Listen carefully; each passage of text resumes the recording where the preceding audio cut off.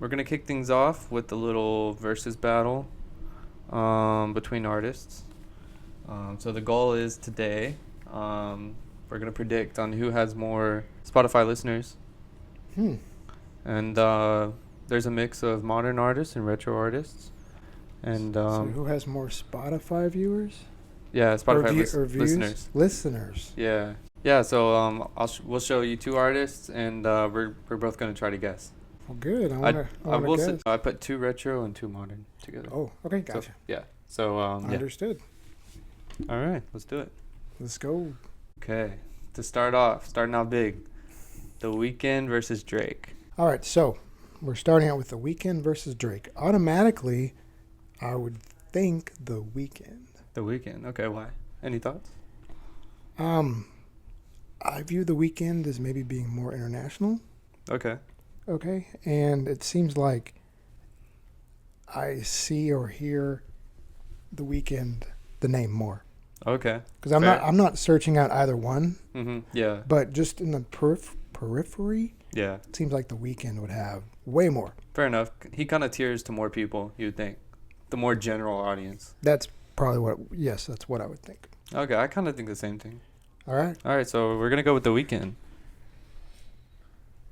76.9 mil. Woo! And Drake, we got it right, 63 mil. All right, feels good to get it right. All right, so so The Weeknd takes this one. Let's see what's next. Okay. Doja Cat versus Adele. Mm-hmm. Okay. See, Doja Cat's pretty mainstream, but Adele always hits the charts, man. She hits the charts, but she doesn't do, she only has like 3 albums or something. True. And Doja Cat, I hear the name a lot. Yeah. Tough choice. Honestly, I'm going to say Doja Cat. Doja Cat? I'm going to say Doja Cat too, to be honest. All right, let's check it out. Just a feeling I have. 58. 42. Okay. So yeah. All right. Only just because I feel like Adele is doesn't do as much. Yeah. She comes and goes. Yeah. And Doja Cat, hear her name all the time. Yeah, she's always on the charts, always popping out stuff. Right. Yeah, on the new Elvis, all that. Abba versus Aha. Oh man, we have a group from Sweden. Okay, so and a group from Norway. So just to preface, are you battling Scandinavian artists against each other? Well, just to preface, remember the low ball. So we had like 50, 70, I think lower. Right, okay. Yeah. I have to say ABBA by far. ABBA. And I love Aha. Yeah. Okay, but ABBA, come on. I would put ABBA up against anyone. Yeah, based on what you've told me and what we've seen from the channel on Reaction Extraction. I mean, they both had long careers. ABBA seems more... ABBA really takes the charts, I think. And I think ABBA's Rock and Roll Hall of Famers. And Aha is... Even though they have some classic hits, Aha. Yeah, maybe the biggest hit ever. All right, let's check it out. Take on me, but I'm going to say ABBA. 24 and 12. Okay. Right. So double. We're 3-0. Yeah. We know our double. Stuff. Nice. See. I'm feeling good about this. All right, Måneskin versus Kanye West. I feel like this is kind of a no-brainer.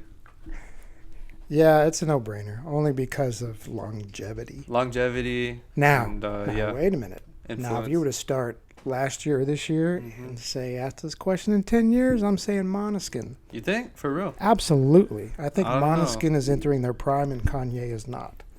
Yeah, I think Kanye's already passed his loop, his bell curve here, but... for right now, Kanye West. Yeah, I mean... 23 and 50. Okay, Måneskin actually has more than I would think. Honestly, yeah. If I had to guess, I would think maybe 10. Right. I mean, it's a lot. 23? 23. Wow, good for them. Yeah. I mean, you have an American superpower artist versus an Italian rock band. Yeah. So what the heck? BTS and Michael Jackson. Oh, shit. This is the toughest one. Automatically, I'd want to say Michael Jackson, but BTS feels like their stands, man. Their stands are crazy, and they will take over, man. I don't know. Their community is tight, but Michael Jackson's huge. It is Michael Jackson. But I mean, honestly, but I'm not sure how the streaming numbers would be. That's the thing. at one point, it's almost insulting to put BTS against Michael freaking Jackson. No, I think you're right. Come on. Yeah, you're right. There's no way I can say BTS. No way. Although, no, I'm going with Michael Jackson. I'll go BTS just to go against you. All right. 43 and 39. All right, people. 30.9. Sorry, that's ridiculous. That's ridiculous. I would say Michael Jackson would take the upper hand though any day. I just think because I would hope so. The streaming numbers, it's different, nowadays. But 31, I mean, that's not a bad number. But let's keep going. Rihanna and Frank Ocean. Rihanna, hands down. Yeah, even though Frank is great, but it seems like Rihanna is she has more influence. on the verge of a Hall of Fame career. Yeah. I just hear her name all over. Yeah. All right. 51.5. That's big. That's a lot. That's more than BTS. Yeah. It's up there with Kanye. And 20. I think a better match would have been Frank Ocean and Måneskin. But yeah. I'm not cred to Rihanna. Ooh. Okay. Muse and Nirvana. Okay. These bands are almost like in my mind would be a tie. Yeah. I don't know, but Muse has so much more music out there. Yeah. And they kind of been around longer. But then again, Muse is a really good band. Nirvana changed the entire scene of music around the frickin' world. They changed it. And they only did 3 albums, but what they did revolutionized it. Revolutionized everything. Plus, you do become more iconic and legendary if you do have a lead singer pass. Then your music is stuck in time. Yeah. I don't know, But like Nirvana is like a classic, that's a staple in 90s rock, There's only one Nirvana. There is. And Muse fans would kill me, but I'm going with Nirvana. It's difficult. Muse has so much, and when we do reactions, Muse has a lot of cred and a lot of response. Muse has much more albums, but I feel like they're not as popular as Nirvana. Especially in America, not even close. It's tough. Popularity versus more music. If you're legendary in America, yeah, man. Nirvana. I'll go Muse. Okay. Just because the streaming days. All right. I mean, Dave Grohl is still only 12.2. All right, Nirvana has to beat that. Okay. 24. Ooh. It doubled. Okay, now it does surprise me that Muse is so low, but then again, they aren't really a mainstream band. Yeah. And Nirvana took over everything all the time. There might as well have been a 24-hour MTV Nirvana channel. That's true. That's pretty impressive for Nirvana to be up there at this time. I tell you, I lived through it. It was insane. Yeah. It was insane. Madonna and the Beatles. I would say the Beatles, bro. Oh my gosh. They're crazy. People that love the Beatles, they're like diehard. You know what I mean? But it's Madonna. Good graphic of Madonna, by the way. But again,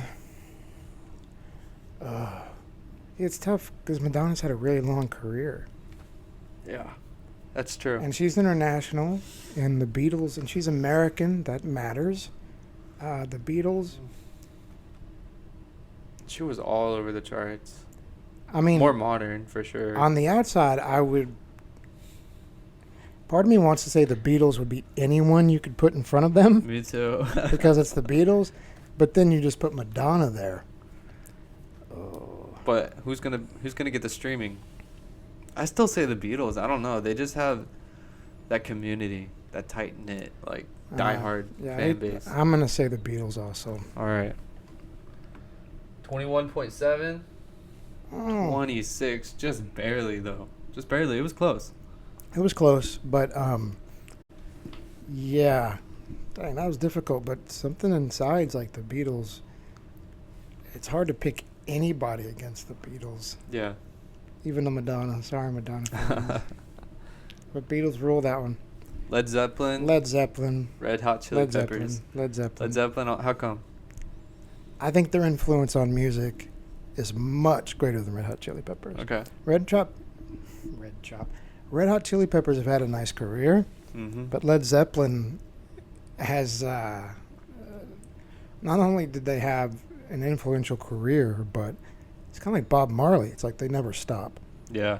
Honestly, I would think they would slaughter Red Hot Chili Peppers. Honestly, I hear Led Zeppelin a lot more as like what would you call it? Like a staple, like a legendary artist. I almost would think Led Zeppelin would beat the Red Hot Chili Peppers if you put the Chili Peppers music just up against Led Zeppelin merchandise. Much less music. Jesus Christ. All right. 16.8 mil. That's kind of low. That's lower than Madonna. All right, let's see. 25.3. That has to be because they're American. Maybe. And but they're both kind of rock. Okay, the Chili Peppers, they did ride the alternative wave of like Madonna, Nirvana, and Pearl Jam and stuff. And they're still releasing music. Right. Man. I think they released one not too long ago. Why is Led Zeppelin so low? I don't know. Huh. Interesting. All right. Well, now that I guess I can see the way that went, but not in my head. Duran versus Tears for Fears. It's a toughie. Okay. Again, this would have to be because Tears for Fears, in the last 20 years, has only done a couple albums, and Duran has done music they've never stopped. True. Legendary. It's an equal tie. But Tears for Fears has some of the biggest hits ever. Everybody wants to rule the world. Yeah, but for Everybody Wants to Rule the World is one of the biggest songs in music history. Yeah. But isn't also Hungry Like the Wolf the same? No. No? Yes, it's a classic song, staple song for the 80s, but every playlist when I go on Spotify or Apple Music and click on an 80s playlist, Everybody Wants to Rule the World is always there. But I rarely ever see Duran. Maybe I'll see Rio. But okay, I think I overestimate Duran. I don't know. And I underestimate Tears for Fears. Maybe. Now, I will say that Songs from the Big Chair is a bigger album than any album Duran has done. Because Head Over Heels, Everybody Wants to Rule the World, and Shout, all in one album. Yeah. And there's only 8 songs on the freaking album. That's what I'm saying. You could make a case for those 3 songs. And they've only released very few albums. So right. it did stay in time and had its very long course. You know what I mean? Man, I'm shocked and so I don't know. Really excited that Everybody Wants to Rule the World is such a classic. Yeah. We should probably do that on the show. Of course. Okay. But, I'm discovering that I overrate Duran. And it's his voice, man. It's just crazy. It's so good. Okay, Tears for Fears. I go Duran. My gut tells me Duran, but I don't know. The cred Tears for Fears has is much greater than I thought. So. I think so too, but okay, let's see. I don't know. 7.6. 13.9. All right, about double. So. All right, it's the iconic album. I think so. There's the longevity of it, And since I lived through it and bought it on cassette and then CD and then downloaded it, I underestimate Songs from the Big Chair. Well, how many albums does Duran have that got washed that you don't really listen to? The newer ones. Okay, but then again, fair enough. But Duran had a whole career in the 90s and Tears for Fears did not. Okay. So that surprises me. The Wedding album with Ordinary World and Come Undone. Yeah. I mean, Tears for Fears left in the 90s. And so Duran, that just shows you the power of just one. I mean, Tears for Fears has had great albums, but Songs from the Big Chair, it must be really bigger and more cred than I think. I guess so. I mean, it is to me, but usually what I think isn't what other people think. So, okay, I can see that. I can see that. Depeche Mode versus Chicago. Oh, man. This is a toughie, too. This is getting personal for me now. Because I know Chicago. Okay, see, this is interesting because with Chicago, you're combining a 60s audience and a 70s audience with an 80s audience. After Peter Cetera left, they had some big hits on Chicago 18 and 19. But then they went away. Now, Depeche Mode started in 81, and they're still going. And see, Chicago has iconic songs like in the 70s, Saturday in the Park. In the 80s with Chicago 17, with Stay the Night, and The Inspiration, and Heart Habit to Break. But Depeche Mode, you have Strange Love, People Are People. They were an alt band, and they're top 40 in America, and probably around the world. But it's Chicago. It's Chicago. Dang. I know. Honestly, my gut tells me Depeche Mode because I feel like I have a soft heart for them. Because I just love the music so much. You're talking about, if I had to pick one band in my life, it would be Depeche Mode. Yeah. If I had to go with one. But Chicago, also Chicago could have, they got such a head start on Depeche Mode. Songs from, they have iconic songs in the 70s, Saturday in the Park and Just You and Me and 25 or 6 to 4. Yeah. But they're also old dudes and not as hip. You're talking about the 60s and 70s audience, Right. So And, if Peter Cetera had stayed with them, I would go with Chicago. But, see, Peter Cetera splits Chicago. They have before Peter Cetera and after. Mm-hmm. Okay, so because of that, and this is tough, I'm going with Depeche Mode. I'm going to go with Depeche Mode as well. So let's check it out. 7.3. Okay, which is kind of like Duran number. 9.4. What? Why isn't that bigger? Yeah, I think it's just the, the streaming days, so it's different. Well, I'm underestimated. I overestimated Depeche Mode and underestimated Chicago. So there is more for Depeche, but kudos to Chicago for even being relevant during this discussion.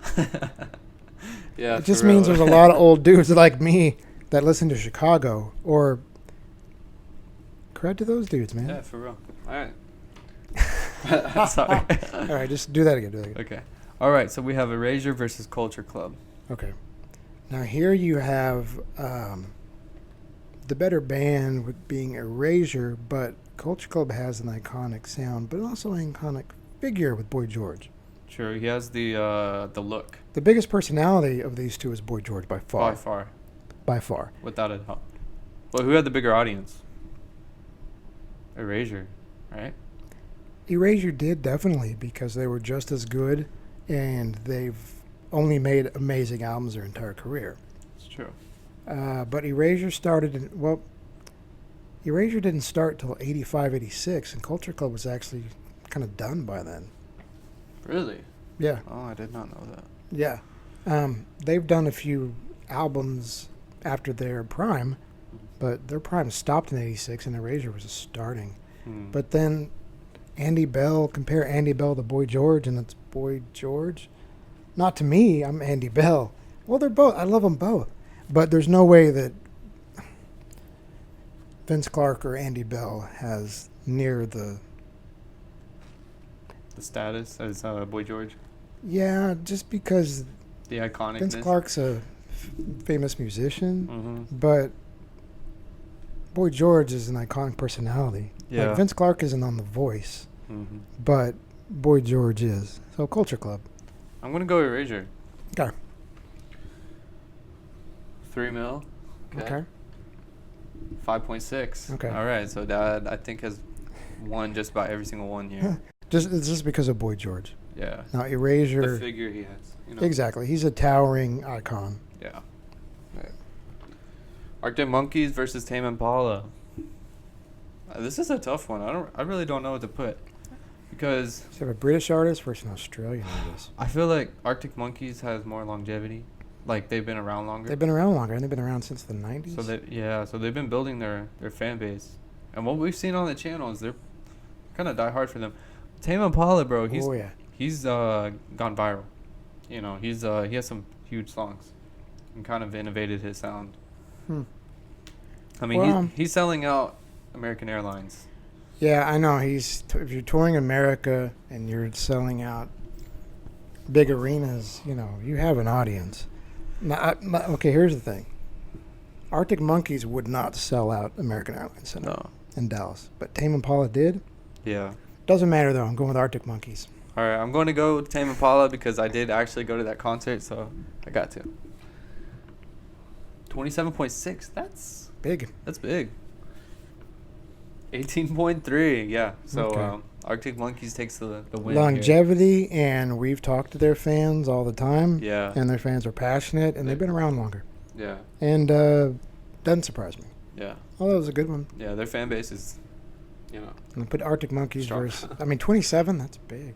All right, guys. Well, that concludes the. Oh no. The Let's having presentation. fun. We're just getting started, but there will be more episodes like this for sure coming on the channel. But Yep. let us know what you think. That was some good head-to-head battles there. Yeah. I had to think on some of those. There were some kind of twists and turns in there, but Overall, I get it.